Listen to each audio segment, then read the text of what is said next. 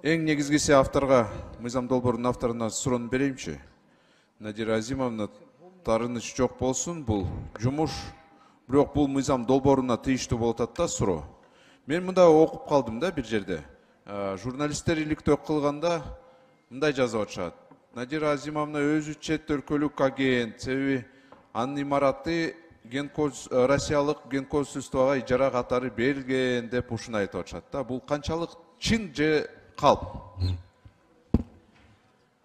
Саламатсыздарбы, урматтуу депутаттар, урматтуу төрага. Дастан Далабаевич, Нарматованын демилге көтөрүп 10 жылдан бери бул жасаган ишине сиз акыркы өзүңүздүн кычык сурооңузду берип калайын деген рахатта болуп аткан болсоңуз, анда угуп алыңыз. Менин жекече жашоомо тиешелүү эмес бул мыйзам. Бул мыйзам 10 жылдан бери кеч калдык. Биз 10 жыл мурун кабыл алганыбызда ушу сизге окшогон кычык суроолор жок болчу, мамлекеттин ичиндеги чыккынчылар, саткынчылар жок болот эле. Бул мамлекеттин коопсуздугу үчүн, мамлекеттин тынчтыгы үчүн, мамлекеттин эгемендүүлүгү үчүн кабыл алынып аткан мыйзам. Бул мыйзамды сиз ошол Америка Кошмо Штатына барып, үй бүлөңүз жашап аткан жерде суроодо берсеңиз болот эле. Эмне үчүн силер 1938-жылы кабыл алдыңар бул мыйзамды? Великобританияга барып суроо бериңиз, Европа мамлекеттеринин бардыгына барып суроо бериңиз ушул суроодо. Менин жекечелигиме өтпөстөн. Бул мыйзам мамлекет үчүн керек. Эмне үчүн биз кыргыз мамлекети өзүнүн мамлекетти көзөмөл жасаганга акысы жок батыштан каржыланып сизге окшоп отурган адамдардын. Мен бейөкмөт уюмдар деген сиздин берген сурооңуз бейөкмөт уюмдар экенсиз деген суроого жатпайт. Мен өзүмдүн 2009 жылы кредитке алган Оштогу имаратты мына бүгүнкү күнгө чейин 14 жылдан бери кредит төлөп келем. Мен аны бир жерден алып алган жерим жок. Катардагы Кыргызстандын жарандары катары мен ижарага бергемин.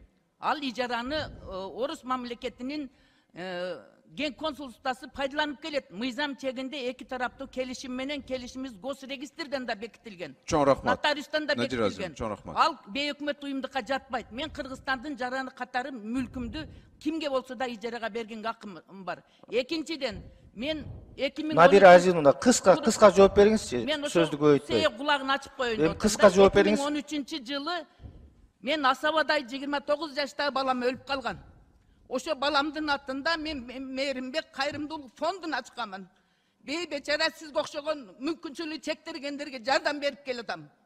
Ал деген бейөкмөт уюм катары эсептелет. Ошол мен дагы бейөкмөт уюмдун өкүлү катары бүгүнкү күндө мен кызмат абалыма байланыштуу келиниме өткөрүп бергенмин. Биз мыйзам чегинде отчетубузду тапшырып, мыйзам чегинде салыгыбызды төлөп, бейбечарага сизге окшогон адамдарга жардам берип келатам. Сиз муну менен мени күнөөлөй албайсыз. Билип алыңыз акырында. Рахмат. Рахмат, Надира Азимовна. Мен намыска атайын тийишем деп анын суроону берген жокмун. Бул жерде мыйзам долбоордо жазылган эмес. Россиядан келеби, батыштан келеби, ишип, любой жерден, Кореядан келеби, Кытайдан келеби, сразу чет өлкөлүк агент болуп каласың да. Ошон үчүн мен суроону бердим да. Бул жерде жазылган жок да, батыштан келсе турабы. Бул толук эле башка өлкөлөргө даже тийиштүү болуп атат. Менимче бул мыйзам долбоору, урматтуу депутаттар, экономикалык дагы экономикага бир топ эле терс таасирин тийгизген мыйзам долбоору. Эми биз аны бир жылдан өзүбүз эле көрөбүз. Отель, иши бир топ эле бизнес даже аны көрөт да. Себеби мына ошол эле НПО аркылуу дейбизби, биз канча проекттерди көрүп атабыз. Билим берүү тармагында мына чилекке каршы кирген жок бул. Ошол эле айыл чарба тармагында, башка тармактарда дагы. Ошон үчүн урматтуу депутаттар, мен бул мыйзам долбооруна каршымын, каршы добушту бергиле деп чакырат элем. Рахмат.